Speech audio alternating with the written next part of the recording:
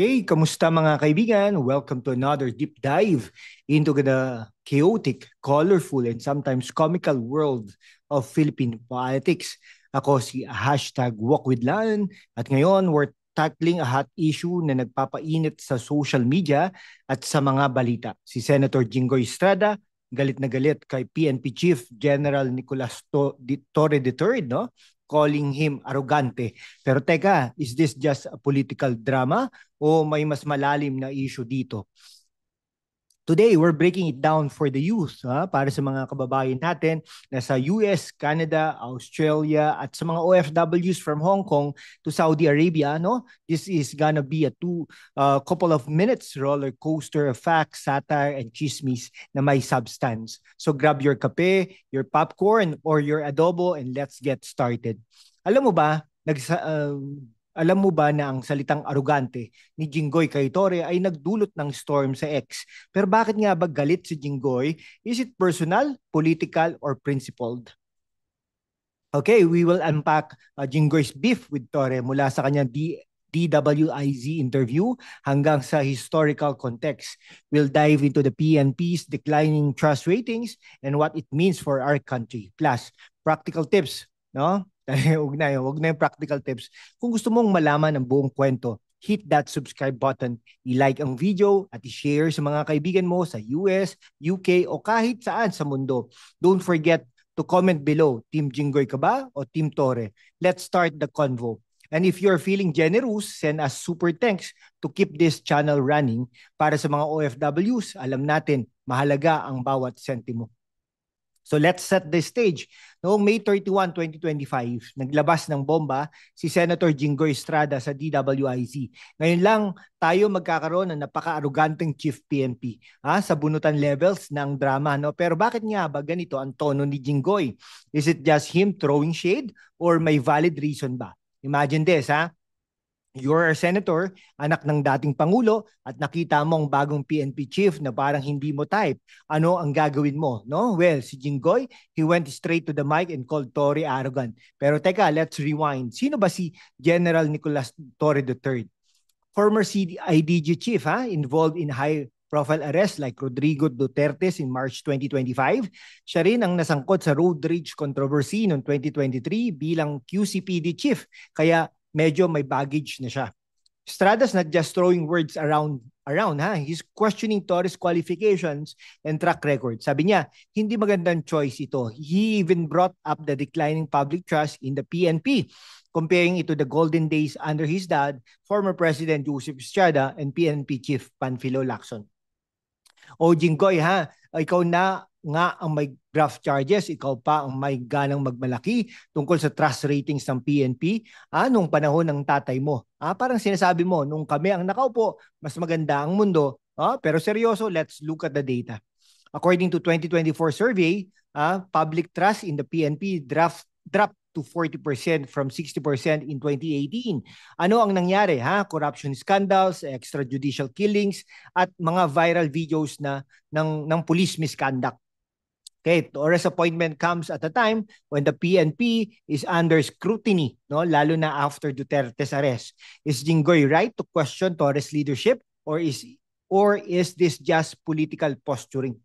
Mga kababayan, anong tingin ninyo Is Jinggoy being fair or is he just protecting his allies?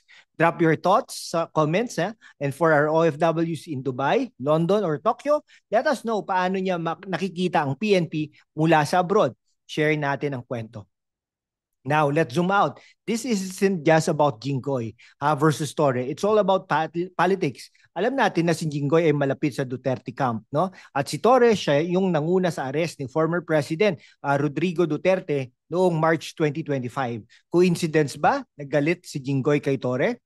Picture this si Jinggoy loyal sa Duterte family. Nakikita si Torre bilang thorn, no, sa side ng kanilang political dynasty. Sa X, may mga nagsasabi na si Jinggoy ay tuta ng Dutertes. Kaya galit siya kay Torre dahil sa arrest ni Duterte at ng Kingdom of Jesus Christ KOJC leader Apollo Kibuloy. Pero teka let's not jump to conclusions. Some ex-users agree with Jinggoy, no? Saying Torres' track record is shaky. Halimbawa, nung QCPD chief siya, he resigned after a road rage incident involving a policeman. Plus, his handling of Duterte's arrest was controversial. Some say it violated Duterte's rights, no? Pero sabi ng iba, like this ex-user, Torres' independence is a good thing. Hindi siya puppet ng sinuman. Kaya galit ang mga politikong tulad ni Jinggoy. Torre also denied depriving Duterte of legal counsel or basic needs during the arrest. So anong laban? Si Jinggoy na may history ng pork barrel scam versus si Torre na may history ng road rage drama. Parang boxing match na puro jab, no? Walang knockout. Pero seryoso, let's talk policy. The PNP chief's role is critical. They oversee 200,000 plus personnel and set the tone for law enforcement. Torres' appointment signals a shift toward stricter accountability. But is he too aggressive? Jinggoy's critic might be tied to the Duterte arrest, which raised questions about Republic Act 7438, no? Rights of arrested persons. Should Torre have handled it differently? Para sa mga kababayan natin dyan sa Canada, Australia at Italy, anong mas importante sa inyo? A PNP chief who's tough on crime or one who's diplomatic? Comment below and don't forget to hit that like button if you're learning something new. Now, let's talk about the elephant in the room, no? Si Jinggoy mismo, siya yung senador na nahaharap pa rin sa graft charges sa Sandigan Bayan over the pork barrel scam. Kaya naman, when he calls someone arrogante, may mga nagsabi sa ex, "Uy, Jinggoy, tignan mo muna sa salamin, ha?" Imagine being Jinggoy, ha? You're a senator, anak ng dating Pangulo, pero may baggage ka from the pork barrel scandal. Cleared ka na sa plunder at bribery charges, pero 11 graft cases pa rin ang hinintay mo. Tapos ikaw pa ang mag-aakusa kay Torre ng arrogance. He insists he's innocent and the Sandigan Bayan's acquittal on bribery charges in 2024 supports his claim. Sabi niya, patunay ito na kawalan ng basihan ng mga paratang laban sa akin. Pero ang prosecution, ha, sabi nila, malinaw ang ebidensya na si Jinggoy ay kasabwat sa pork barrel scam, getting 40 to 50% kickbacks from his PDAF. So when he calls out Torre, some see it as a deflection from his own issues. Parang si Jinggoy, ha, yung classmate natin na laging may excuse sa homework, pero siya pa yung malakas magmalaki. Pero seryoso, ha, let's look at his contributions as a senator. Jinggoy's been vocal on issues like West Philippine Sea, sa disputes ng COMELEC's flying voters in San Juan. Pero his critics argue he's more focused on political survival than public service.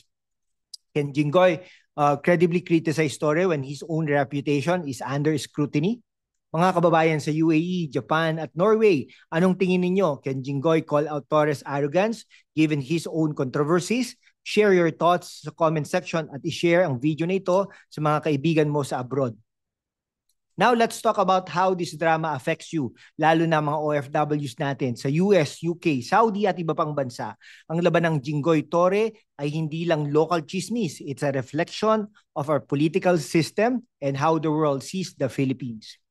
So imagine, ha, you are an OFW in Dubai, working hard to send money home. Tapos you see this news, a senator calling the PNP chief arrogant while both have their own controversies. Ano ang iisipin mo? Is this the leadership we deserve? The Philippines' political instability like Duterte's ICC arrest affects our international reputation. OFWs, you know this, when our country looks chaotic, mas mahirap mag-explain sa mga foreigners. Torres' role in Duterte's arrest put the Philippines in the global spotlight with AP News, no, covering the tense confrontation. Pero si Jinggoy, by defending Duterte, might be signaling loyalty to a political dynasty over national interest. A strong PNP is crucial for OFWs who rely on stable Philippines for their families back home. But with trust in the PNP declining, what does this mean for law enforcement reforms? Jinggoy's call for a less arrogant PNP chief could resonate with OFWs who want accountable leaders, but his motives are questioned. So mga kababayan, kung ikaw ang PNP chief, paano mo haharapin ang drama? Sasabihin mo ba, Jinggoy, chill ka lang, let's talk over sisig. Para sa mga OFW sa Germany, Netherlands at South Korea, how does this political drama affect your view of the Philippines? Comment below and don't forget to subscribe and send a super thanks to support this channel. And there you have it, mga kaibigan. We've dissected the Jinggoy Estrada versus General Torre drama, from the arrogante comment to the deeper political and policy issues. Ano ang takeaway natin? Jinggoy's criticism of Torre might be valid, but his own controversies make it hard to take him seriously. Torres' leadership as PNP chief is under scrutiny, lalo na after the Duterte arrest. For OFWs and the youth, this is a reminder. Our leaders shape our country's future, so let's hold them accountable. No? Politics, final thoughts. Politics isn't just about chismis. It's about power, trust, and the kind of Philippines we want for the next generation. Kaya naman, let's stay informed, let's stay critical, and let's keep the conversation going. Kung nagustuhan mo ang video na ito, i-hit ang subscribe button, i-like at i-share sa mga kaibigan mo sa US, Canada, Australia, okay, at kahit saan sa mundo. Mag-comment ka din sa baba. Sino ang side mo, Jinggoy o Torre? And if you're feeling extra supportive, send us a super thanks. Para sa mga OFW dyan, alam natin how much every dollar counts. Salamat at see you sa next video.